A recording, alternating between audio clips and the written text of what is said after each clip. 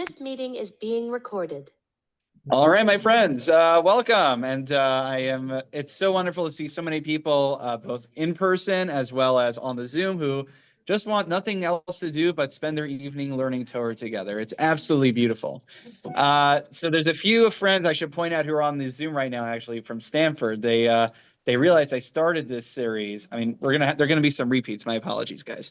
But we started a series about over a year ago, 2 years ago, on Igros Moshe. Now, this is worthy of a shiur unto itself, but I'd rather jump into the material. What you got to basically know, if you don't know yet, is that Rav Moshe Feinstein was pretty much regarded as the preeminent halachic authority of the 20th century, certainly within the Ashkenazic American experience, but his influence went far beyond that as well. Many of us, if there's one thing we remember about him, especially in the non-Orthodox community, is that he gave a heter that we could drink at pretty much any milk in America, presuming that it's cow milk. But he did a lot more than just that. There are a lot of juicy topics that I put on the flyer, thinking it would tempt people to come, and apparently it worked. We'll get to the juicy topics, like the things like, the height of the mechitzas and artificial insemination and, the medical ethics stuff. That'll come up. Tonight, I want to start with something that is rather modest, but it's related to the 3 weeks and to the 9 days that we'll get to very soon. Jonathan, you're a good photographer, right? Jonathan's good. Jonathan's good at anything, honestly. He's a man of all trades. Mazel tov. Kiddush. He's been working hard on those kiddushes the past 3 weeks. So the modest topic that we're going to look at tonight is about making a siyum. Now, it's not the shiur you think I'm going to give on it. For those of you who know, I've opined on this issue already about deliberately scheduling siyumim, and I saw it in your tallis bag and someone else's tallis bag. So if you already know my opinion on that. But actually, Rav Moshe has a much more lenient opinion. We'll see. But essentially, there's this idea that when somebody finishes learning a tractate of the Talmud, a Masechta of Gemara, there's an idea of having a whole party where everybody gets together and we make a siyum. This is illustrated. Now, I like to say I put these handouts out just so I'm not making things up out of thin air. If I sit out of my office translating everything, I wouldn't be able to do the rest of my job, so you'll forgive me. Well, this is what we call the oral Torah, right? The Torah Sheba'al Peh. So you could just listen, and the handouts are there if you think I'm lying or making anything up. Then you could argue with me if you'd like. The first Gemara we'll look at, my friends, is we have more people. I have to figure out how to let people come in automatically. I see more people trying to come into Zoom. So the Gemara says, Amar Abaye. Abaye said that when there be a tzur rabbeinu rabban, when there be a Torah scholar, deshalem mesechta, that he would finish a mesechta of Gemara, the Talmud, avidna yom tov l'rabbanan. I would make a party for all the rabbis. We'd all get together. We'd pop open a la gavulin. It would be gavaldig, and then we would have a party for finish. Now, this is funny because Abaye is one of the main characters in the Talmud. So apparently they weren't reading the Talmud, but it meant they were finishing a significant topic in Talmudic discourse. But what's interesting here is you look at the Shulchan Aruch, and this is source 2 for those following. It says in the Ramah, right? Code of Jewish law. It doesn't get more authoritative. I remember back when I was in Connecticut, so there's a guy, Eli Reichner, who he said my best of our Torah was, I got up there one time to talk about why people sin a sukkah on Shmini Atzeres, and I pulled out a book. I said, guys, there's a book here. It's called the Shulchan Aruch, the Code of Jewish Law. Don't know if you ever heard of it. And then I just simply read the line in Shulchan Aruch where it says you have to sin a sukkah Shmini Atzeres. But anyway, we'll leave that for another shiur. If you guys are having heart palpitations over that, don't worry. That's another shiur we'll get to in due time. But what's the operative word over here? Notice the language. Meseches, a mesechta. It sounds like we could only have a celebration when it's over a volume of the Gemara. But here's the funny thing, right? Who cares? I want to have a celebration, we just had a birthday party for Talia. She turned 4, so what do we do? So we had a few kids and a birthday cake. I didn't need a heter from a Rav to go ahead and have a party. So what's the question here? Question is, we have these 9 days coming up. And during the 9 days, we're not allowed to eat meat and drink wine. And there's some people who really, they love their meat. So what are we going to do? So what happens is many people, they'll concoct that, they'll schedule and they'll learn maybe Oreos or something. And they'll finish a small Masechta of Gemara. And then they'll have a siyum. They'll call people in who will never come to a siyum the rest of the year, but then they hear that they can eat meat. And then they have it's like during the year, I saw a comic one time. During the year, when you make a siyum, it shows like a box of macaroons stale from Pesach, and then like that's a siyum during the year. Siyum, and then a siyum on 9 days, a whole charcuterie board of all sorts of things. And then I know my friend Toby's 5 Towns connected. So, are you like your charcuterie boards, right? Okay. I don't like them. So anyway, so that's the. I think I posted on Facebook that Marissa and I we went to the corn shed that Jonathan told us about, and I know you're a fan as well. So I took a picture and I posted on Facebook, and then someone commented. He said rabbis from the 5 towns take pictures with their charcuterie boards. Rabbis from Allentown take pictures with their corn from the fields. I feel bad. I fed into the stereotype. It's like we're not just like living on the we have the prairies right over there, but I mean there's real society here as well. I was thinking one time, by the way, Marissa and I took a walk around Trexler Park, and it has the old Trexler vacation home, and it has those 2 little pools over there. So I was going to post. I held myself back, guys. So you have to give me credit. I was going to say, and here's our beautiful Allentown mikvah right over here. I'm not, my goal is to bring people in, not scare people off. So I didn't post that. Anyway. My bike might scare people off too. Oh, that's beautiful. Bob gave me a tour of it the other day. It's really fantastic. Okay. I brought my kid in there nonetheless, so it's all good. It's better than our old one. It did the job. All right. Shkach to all of you. So here's the question. Can I make a siyum on something that's not Gemara, right? Let's say, I don't know, I one time had a marathon with my friends when I was in college. We watched the extended edition of Lord of the Rings trilogy. It took us almost 12 hours. Had like a quick 30-minute break for mincha in between. It was in Tina, we ran over to some minyan. We came back and then continued. So can we make a siyum on that? Unfortunately not. Probably not. But what about a siyum on Tanakh? Oh, is that Abby? Was that you're gonna? I'm going to not be honest. Very good. So you will be very interested in this question because that is the tshuva. The tshuva is, can I make a siyum on, forget about just the entire Nach or Tanakh. What about a sefer? I don't know. Let's say I'm going to study Mishlei Be'iyun. I'm going to study that in depth. Can I make a siyum if I learn Mishlei? I remember we had this class in Stanford called Bible from the Beginning. 2 rabbis before me started it. They went on for many years, and then my predecessor took it over, and then I took it over, and then eventually we made a siyum on it together. So I mean that took like what was it over like a decade or something. People on there, the Stanford people remember. So that we made a siyum on at the end. I mean, albeit it wasn't during the 9 days, or it wasn't for the fast of the firstborn. So I don't know if it really helped anybody, but we had a celebration over it. So here's the question. Can a siyum on Mikra, on Tanakh, be sufficient? Or even from Mikra be sufficient? This is where I'm going to do a mute on it. There we go. Anyone has a question? Oh, I thought that worked. Yeah. No, I got it. I mean, I did it.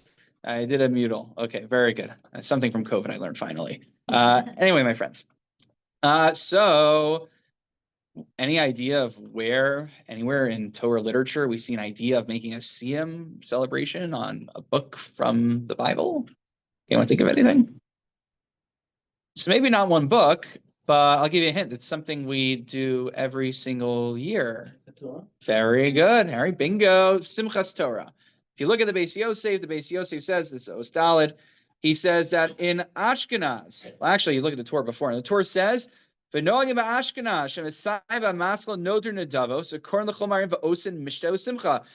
Ashkenaz's custom was that people would give donations.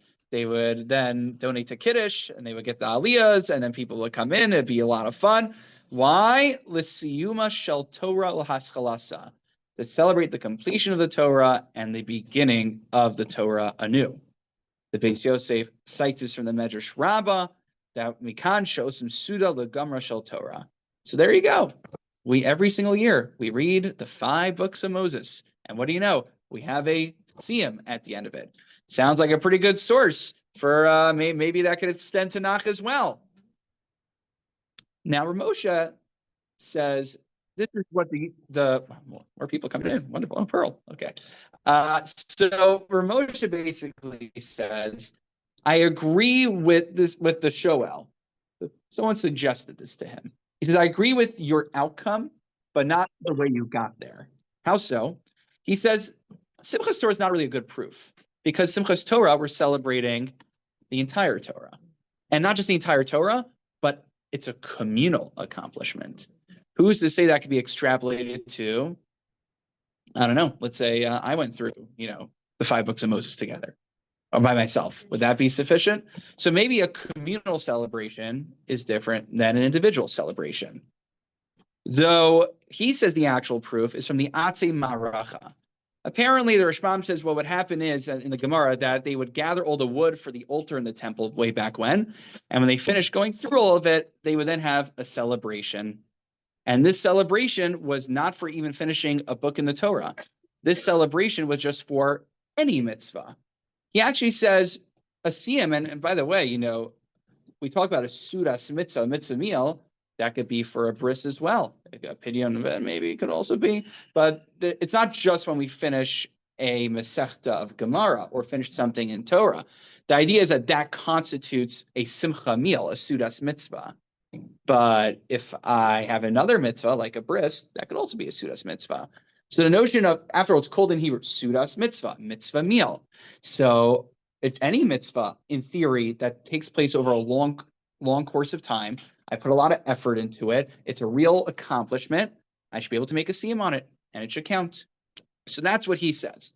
So coming to a sefer in Tanakh, he says, as long as it is studied be'iyun, it's being studied in depth.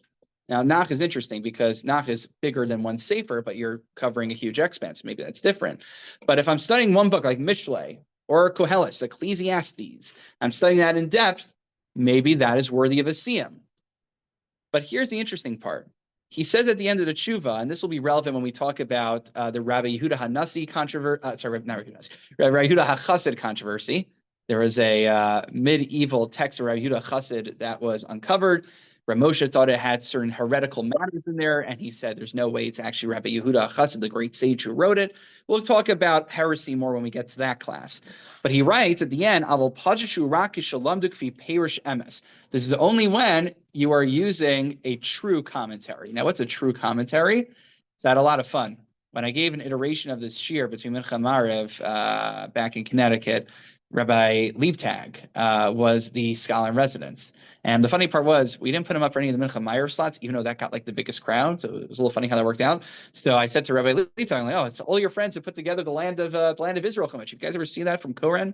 He came out with this land of Israel Chumash. It's fantastic. It has all all the academic commentaries all collated together. So it's really cool. But Rav Moshe probably would hold that wouldn't count for a siyum. For him, it'd be like learning it with Ramban, learning it with, we'll see in just a moment.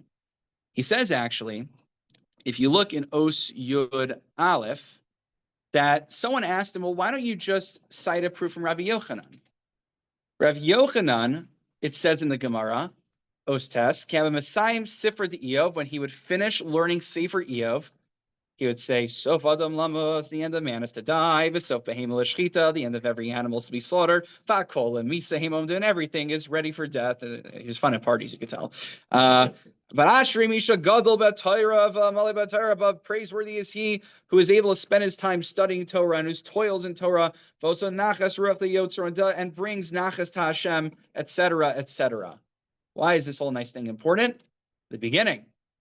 Rabbi Yochanan made a siyum on learning the book of Job, of studying Sefer Eov. So there you go. Rabbi Yochanan can make a siyum on Eov. Why can't I make a siyum on Eov or any book of Nach or Tanakh, right? Only, Rav Moshe points out, there's a difference between how Rabbi Yochanan learns the Sefer Eov and how I would learn Sefer Eov. There's a difference between just learning with Rashi or learning with the Art Scroll Stone commentary versus the way he did it. He says would be akin to studying a sefer, such as Sefer Vayikra with the Sifra, with the halachic medrash on it, or studying Bereshis Rabbah when learning through Sefer Bereshis.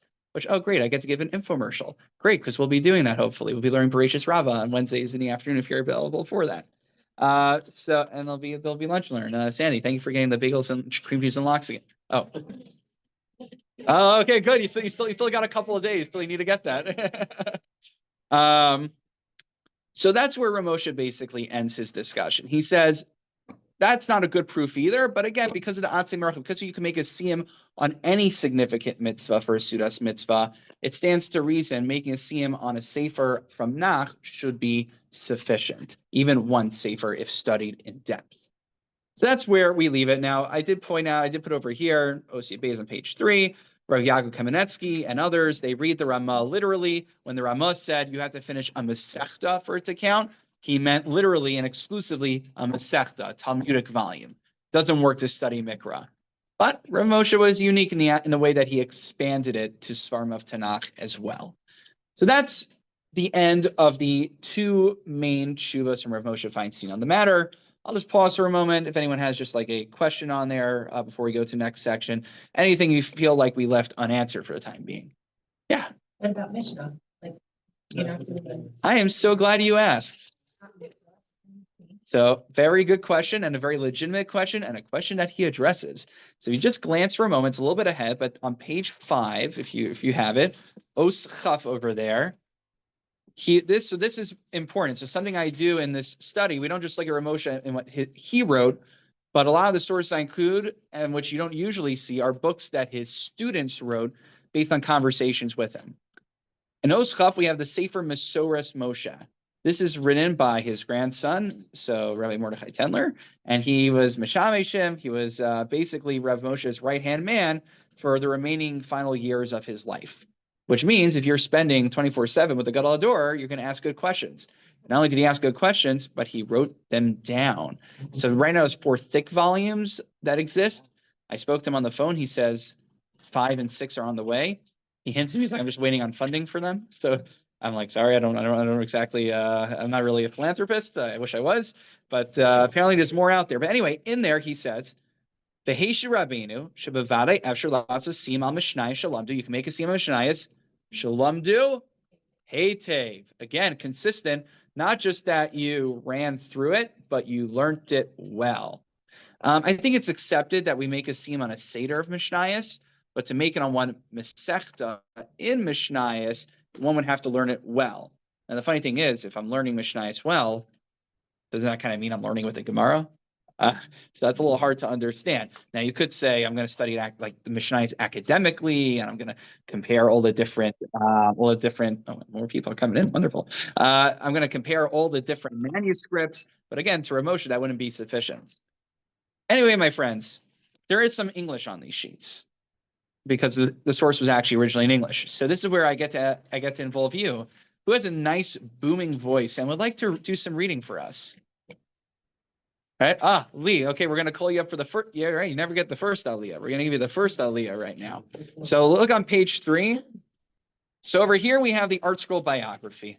Now, again, mono-Orthodox rabbis like to take pot shots at the Art Scroll biography because it's hagiographic. I've made my peace with Art Scroll. I'll tell you, I actually appreciate it. But I appreciate it not as the pshat level, not as the literal meaning, but as the midrash. It's the drash. It's the homiletical. Once one appreciates Art Scroll kind of more as a homiletical, midrashic interpretation of the Gadol's life, it's very good midrash. It's very good drush. But what's very interesting is there was a certain story about making a siyum. We were talking about one Masechta Mishnayos. I'll do you one better. What about one double-sided page of Gemara? So let's check out that Art Scroll story. Okay, go for it. A gentleman from northern New Jersey started to become observant when he was past the age of 60. He told a friend that he felt despondent because, when his time was over, he would have to face the heavenly court without having amassed any Torah knowledge. The friend suggested that he drive to the yeshiva of Staten Island from time to time. Surely one of the students would be glad to teach him. So it was. He went to the yeshiva once a week for an hour of learning.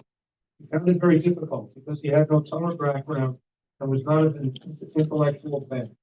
However, after 4 years, he glowed with pride at having mastered his first block Gemara. One of the students told the story to Rav Moshe. He said that after this man, a single block was as much of an accomplishment as for a scholar to complete an entire section. The Rosh Yeshiva asked the Talmidim to celebrate the occasion with a Sudas mitzvah, which he too would attend. The Sudah was festive indeed, with Rav Moshe adding his own words of blessing and congratulations. With tears in his eyes, the guest of honor rose to thank everyone for making his life so much more meaningful. He said, "Now I am not afraid to die." Very good. It's a nice story, but there seems to be at least 4 or 5 different versions of it. All of them are nice, but there's variation. Unless it was a commonplace thing that I'm Mesivta Teferis Yerushalayim, or here it's Shiva Sinai, or Ruvain's Yeshiva, the extension. Unless it was the norm for people to constantly be making a seam on one blot in Rav Moshe's orbit, which I highly doubt, I think there's a bunch of variations of the story. So one example, this is on the page before, in Yud Gimel, page 3. This is in the Haggadah Shel Pesach Vayageh Moshe.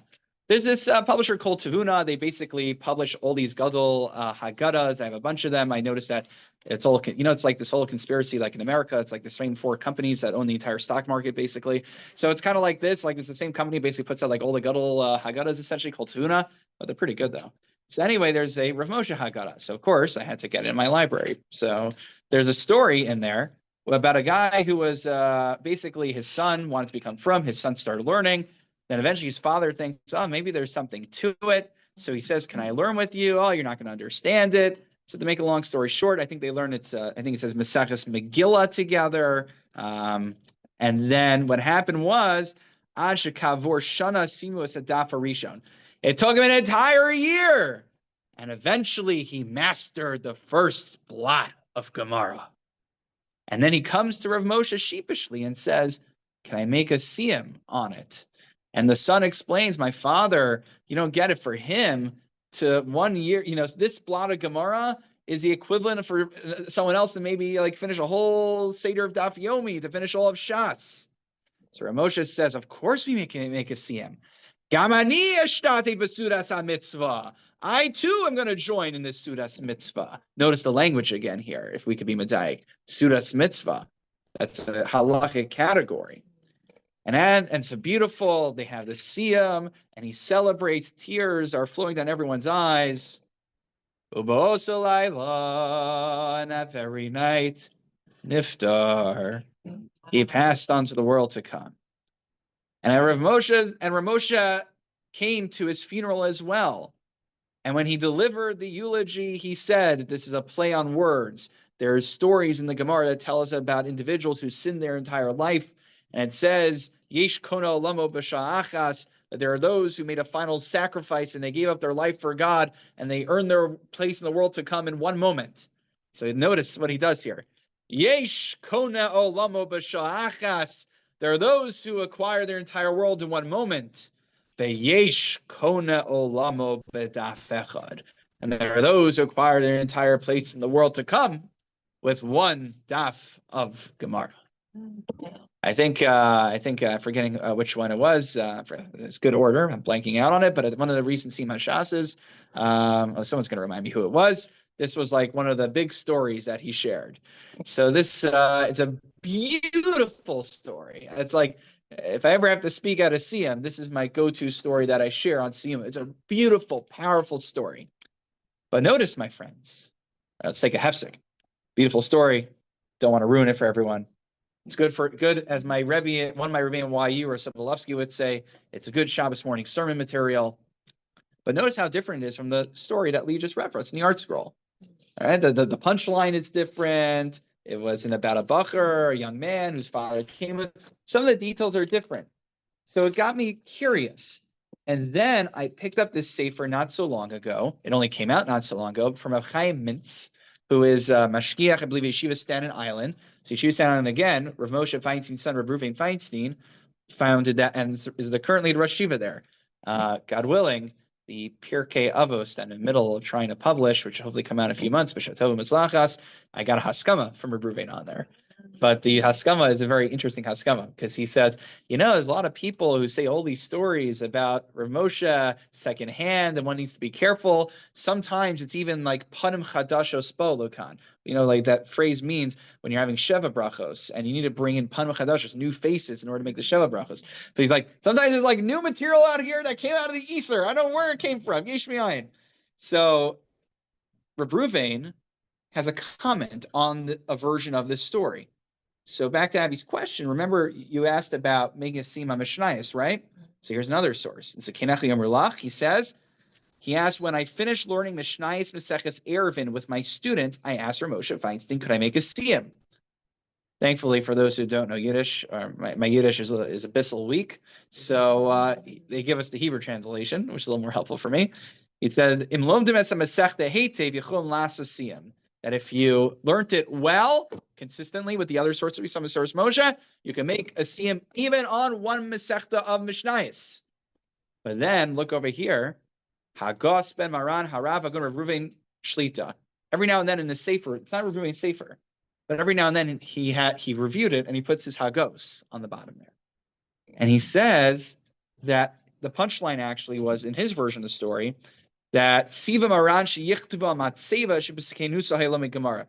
That Rav Moshe said that on this person's Matseva tombstone, thank you, on the memorial stone, it should say that he learned Gemara in his old age. But then there's literally a parenthetical, but the parenthetical is halachically the most important part. This is all fine and dandy, right? Remember I told you, you can make a birthday party. You don't, well, some people say Paro's the only one who had a birthday party in Tanakh that we know of. So maybe we shouldn't have birthday parties. But it's a parenthetical, halachically. You're allowed to have a party for anything, pretty much. So there's no chiddush, there's no novelty that they had a party that this guy learned one blot of Gemara. But would it be good enough to make a siyum on it during the 9 days if you wanted to eat meat? Rabbi Wiener, that's what you were thinking the whole time there? I saw you nodding. That's what you're thinking? So look what he says. I bolded and underlined it, even though this is the parenthetical. This is the real halachic punchline. The Eino Yadua im hayamater lechol basar b'tisha sayamlo kavet siyum kazeh. Reuven, his own son, says, I'm not sure if my father would go so far as to permit a siyum during the 9 days to allow the consumption of meat and wine. Maybe you're just trying to encourage the guy. But the funny part is, you look in the art scroll, and you look in the Haggadah version, they use the language, and again, you can't really infer much from an art scroll biography halachically or from Haggadah, but it's interesting that I'm just saying it's interesting they use the language of Sudas Mitzvah. It's interesting that they use the language of it being a halachic category, a Sudas Mitzvah, a mitzvah meal, which in theory should be reasonable grounds to eat the meat and drink the wine during the 9 days. So in the Sefer called Yom HaTov L'Rabbanan, the definitive work on Hilchos Siyumim, remember we saw that first source over there, in which Abaye said that when somebody makes a siyum, first source on a sheet, Avidna Yom HaTov L'Rabbanan, I would make a siyum, I'd make a party for all the rabbis. So it makes sense that someone who decides to write an entire book on the law, literally there's a whole book on the laws of making siyumim. We live in a golden age of Torah, my friends. You could find a book on anything nowadays. There's a number of books. I want to know Tzara Chachma.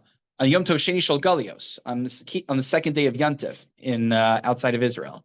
There's a book on literally anything. I have a book on, some of you read that article I put on cross-dressing.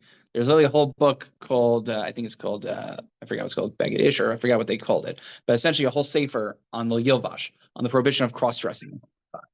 Basically, it's a random guy who's learning in a kollel in Bnei Brak somewhere, and he's like, well, how am I going to leave my mark in this world? I'm going to write the sefer. It's essentially the frum version of writing a dissertation. Very narrow area of focus, but you plumb the depths. We can appreciate that. So in the Yom HaTov Rabbanan, he actually takes Rav Moshe at face value. He quotes the story, and he says that indeed you could make a siyum and be a legitimate siyum. Only he says the minhag ha'olam, the custom of the world, is to make a siyum on a Masechta of Gemara, not to make it on a sefer from Tanakh. So that's what he says, minhag ha'olam. But I don't know how to quantify minhag ha'olam. That's a hard thing to do. But anyway, my friends, with about 10 minutes left, I'd be remiss if I didn't directly address the 9 days itself. And if you have any questions, I always used to say back in Stanford, I'd say, consult your local Orthodox senior rabbi. But then they told me when I was coming here, I can't say that anymore. So I guess you got to consult me at this point. Thank you. I appreciate the confidence. So that's how, like, every time between Mincha and Ma'ariv, like, I would drop some really controversial halakha. I'm like, but don't ask me. Consult your local Orthodox senior rabbi. That was always my line. I'll figure out what my new motto is soon. Figure it out. Consult Jonathan. I don't know. That's the shul president. Okay. So Rav Moshe actually, I I was a little bit upset because I personally have a much based on my poor reading of the sugya. Apparently, I thought that you cannot deliberately schedule a siyum for the 9 days. Or Moshe Feinstein seemed very flexible on it. If you look in the Sefer Nite Gavriel, Nite Gavriel is a real sinner, I think is how you pronounce his name. He's a Hasidic dayan, a Hasidic judge, huge Talmud Chacham, very thick volumes. Everything has footnotes upon footnotes upon footnotes, and I got a kick out of it. I was looking at it one time.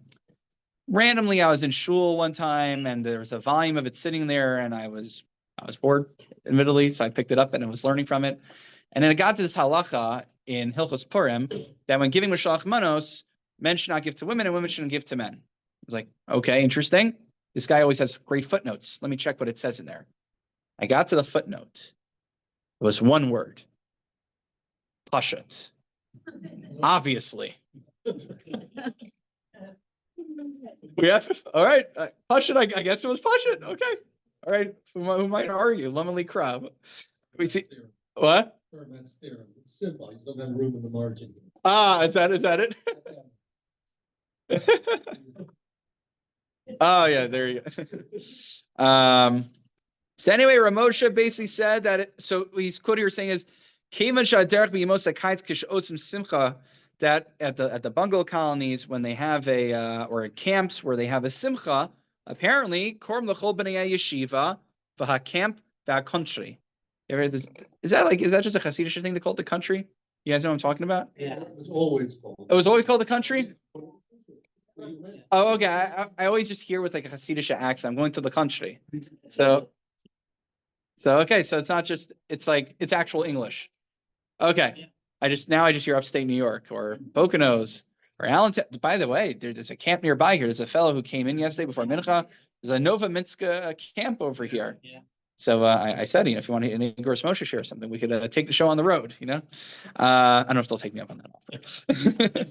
But anyway, so that's Moshe basically said, there were camps complaining if all we could serve is milk eggs, it's not good nutritionally for the kids. So they have to have some meat in their diet, right? Right. You have to get the hotel, right? Hotels do it as well. The issue is the Mishnah Berurah says you're not allowed to deliberately schedule a siyum for the 9 days. And he also says, and even for those who are allowed to participate in the siyum, it's only limited to those who would normally participate during the year. So I don't know about you. I'm not going out of my way to join random people's siyum during the year. So I don't know if I'm justified during the 9 days. Anyway, I'm up to the last mission on Seder Kachim right now. And I'm probably going to finish it before the 9 days. Sorry, guys. I don't know. So anyway, because I can't. Do we have meat here anyway? Occupied, so that we'll keep me busy. The last mission is actually very long, and the kingdom is very complicated, so it might keep me for a while. Anyway, so let's get to the wrap up. But what's the logic, hashkafically? Why can't I just join any random guys or women?